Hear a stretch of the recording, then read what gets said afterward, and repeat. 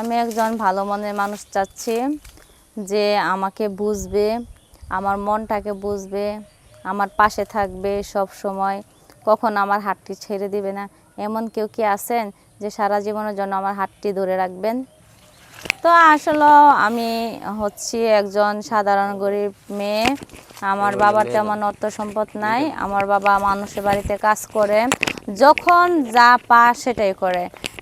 দেখা গেছে যে প্রত্যেকটা বাবা মায় কিন্তু একটা সন্তানকে অনেক কষ্ট করে মানুষ করে। যেমন আমি ছোটোবেলা থেকে দেখে আসছি, আমার বাবা মেঘে বিড়ছে, রোদে পুড়ছে, মানুষের বাড়িতে কামলা দিছে দুমুঠো খাবার তুলে দেওয়ার জন্য আমার মুখে। তাই আমি নিজের চোখে দেখা, আমি আমার বাপ মাকে ফালাইতে পারবো না, যার কারণে আমি এখন পর্যন্ত আমার বাপ মার সাথে আছি। নিজের ইচ্ছাগতভাবে কখনো বিয়ে বসি নাই, আর আমার বাবার সমর্থ নেই আমাকে টাকা পয়সা দিয়ে বিয়ে দিবে।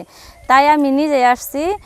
যদি এমন কেউ থাকেন যে টাকা পয়সা ছাড়া আমাকে বিয়ে করতে চান, তাহলে অবশ্যই আমার সাথে যোগাযোগ করবেন। তো আমি কিন্তু বড় মেয়ে, তো আমি তো বললামই যে আমার বাবা এখন বৃদ্ধ হয়ে গেছে, কামাই রুজি করতে পারে না, সংসারটা আমি চালাইছি, কিন্তু এখন আর আমি পারতাছি না।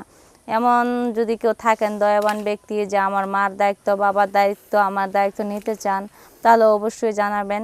ডিভোর্স হওয়ার কারণ হচ্ছে একটাই, যে আমার স্বামী প্রতিদিনই নেশা করতো, বাজি পোলাবানের সাথে আড্ডা দিত, তো আমাকে মারধর করতো। কারণ কোনো নারী চায় না যে একটা সংসার ভেঙে চলে আসুক, কিন্তু আমি আর পারতাছি না, আমি বাধ্য হয়েছি ওরকম স্বামীকে ছেড়ে আসার জন্য। কারণ আমার তো একটা জীবন, আমি আর কত সহ্য করব, কত লাঞ্ছনা সহ্য করে থাকবো। তাই আমি নিজে ডিভোর্স দিয়ে চলে আসছি। তো এখন যদি আপনার সাথে যোগাযোগ করে, কিভাবে যোগাযোগ করে?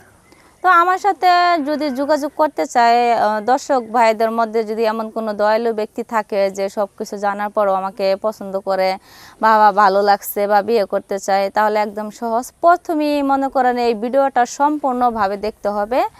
দেখে একটা ফলো দিয়ে শেয়ার অপশনে ঢুকবেন, শেয়ার অপশনে ঢুকে একটা ক্লিক করে দেখবেন আমার হোয়াটসঅ্যাপ, ইমো নাম্বার দুটোটাই দেওয়া আছে। আপনারা যে কোনো সময় যেখান থেকেই হোক আমার সাথে যোগাযোগ করতে পারবেন।